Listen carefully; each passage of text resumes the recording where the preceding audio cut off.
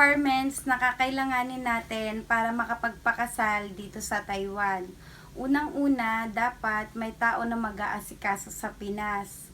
It's either kamag-anak, kaibigan, kung wala naman pwede tayong kumuha ng agent. Pero syempre, mas mapapamahal. So, umpisahan na natin. Make sure na may tao tayo sa Pinas na mag-aasikaso.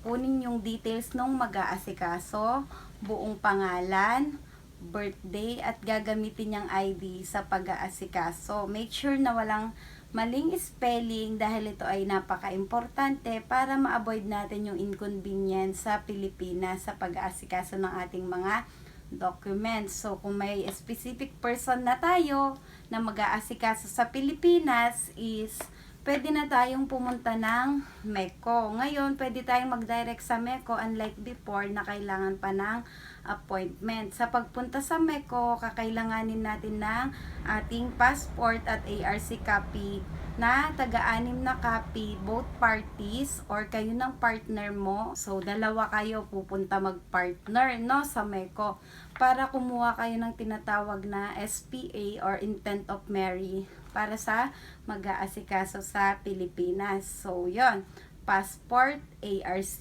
then the complete details ng ating pamilya or agent na mag-aasikaso sa Pilipinas. And then after nun, pagpunta nyo sa MECO, pupunta kayo ng information, sasabihin nyo yung purpose nyo sa pagkuha ng SPA, then bibigyan nila kayo ng form kung saan ipipill up nyo lahat ng correct details or tamang detalyado tungkol sa inyo. So, make sure nyo na walang mali para maiwasan ang problema. So, i-fill up nyo lahat yon. Then, after nun, babalik kayo sa information ulit. Then, bibigyan kayo ng number. Then, ihintayin nyo lang yung number nyo para matawag sa window. Then, may mga pipirmahan kayong documents. Ipapasa nyo yung ARC at passport photocopy nyo. And then, after nun, bibigyan nila kayo ng number para sa cashier. And then, after nun, syempre, babayaran nyo yun sa cashier. Then, maghihintay na lang kayo ng 1 to 2 hours for releasing dun sa kinukuha nyong SPA na ibibigay dun sa Pilipinas. During releasing sa MECO pa lang, pagkuha nyo ng documents or ng SPA na kinuha nyo sa MECO, make sure nyo po na i-double check nyo bago kayo umalis. Para kung may incorrect spelling, ay pwede nyo pong ipapalit yon para hindi na po tayo pabalik-balik. At the same time, hindi po kayo magastos, di ba? And then, after po nun, nakuha nyo na, pwede nyo na pong ipadala sa Pilipinas yung SPA or yung galing sa MECO. Original copy po ang kakailanganin ng ating tao na mag-aasikaso sa Pilipinas.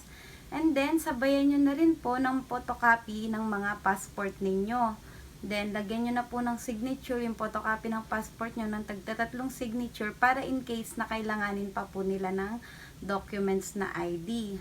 So, then yun po, napadala na sa Pilipinas. Ano naman po ba ang aasikasuhin ng agent or ng relatives natin sa Pilipinas na documents? Unang-una po, yung ating PSA birth certificate. PSA birth certificate po, both parties. And then, kapag late registered ka or malabo yung birth certificate mo, kakailanganin nyo pa po ng birth certificate or register sa munisipyo kung saan kayo mismo pinanganak. Mura lang po yun, nasa 50 pesos, yung iba 20, depende po sa munisipyo. And then, kakailangan rin din po natin yung tinatawag na Senomar. Ano nga po ba yung Senomar? Yung Senomar naman po, ito ay nagpapatunay na wala tayong asawa sa Pilipinas, no? So, make sure nyo po na wala kayong asawa sa Pilipinas, ha? Kasi hindi kayo makakapagpakasal dito sa Taiwan. Then, after po, Senomar, both parties po yun, ha? Yung birth certificate po na kinuha natin at saka Senomar, idadala naman po ng tao na mag-aasikaso sa DFA para ipa-apostil po after makuha ang Senomar at birth certificate ninyo ni partner. After naman po ng apostil sa DFA is idadala na po nila ito sa TECO for authentication. So, mahirap po mag-appointment sa TECO. So, make sure nyo po na makapagpa-appointment kayo agad para hindi po matagalan yung papers natin. And then, after po nun, for authentication, magpapatranslate naman po kayo to Chinese para po may dala na dito sa Taiwan. Kung hindi naman na po kayang ipatranslate sa Pinas, pwede na po magpatranslate dito sa Taiwan. Then, after po nun, lahat po ng documents na na-process, ibabalik na po lahat dito sa Taiwan. Ipapadala na po ulit. So, make sure po na natapos lahat. Kumpleto ang Senomar, may birth certificate, may apostille, may TECO, may translator. Pero kung wala, okay lang kasi pwede po dito magpa-translate sa Taiwan.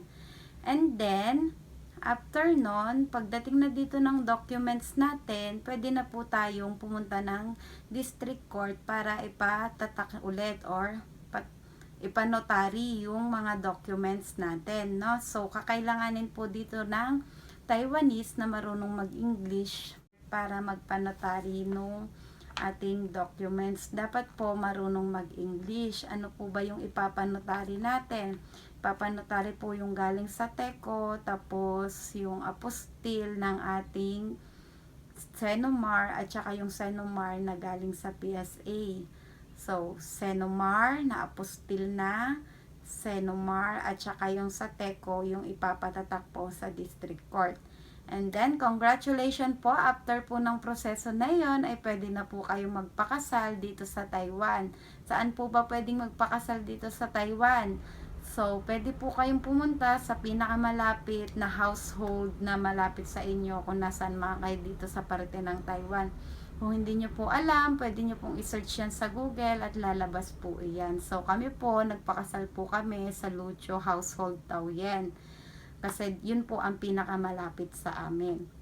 And then, during kasal nyo po, pirma-pirma lang po yun, unlike sa atin na may parang panunumpapa or what. Dito parang pirma-pirma lang. Then, humingi po kayo ng 5 photocopy ng English na inyong marriage contract at 5 Chinese para po gagamitin yon sa pagproseso sa Pilipinas kapag ipinasa natin sa MECO. At the same time, magagamit po yon sa company para po maklaim natin yung benefits na 8 days leave. Yung iba po 10 days, depende po sa company. Yung iba nagbibigay pa ng paampaw.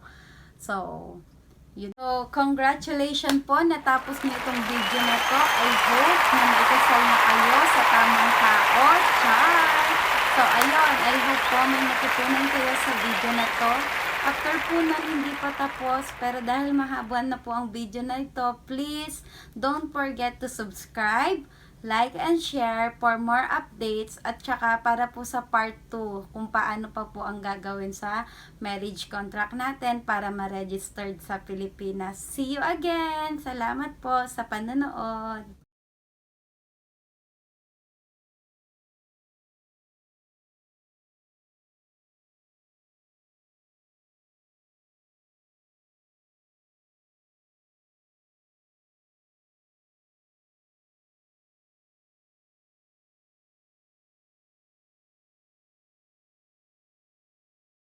Thank you for watching. Please, if you like this video, don't forget to click the subscribe button, like, and share for more updates to our video. Thank you.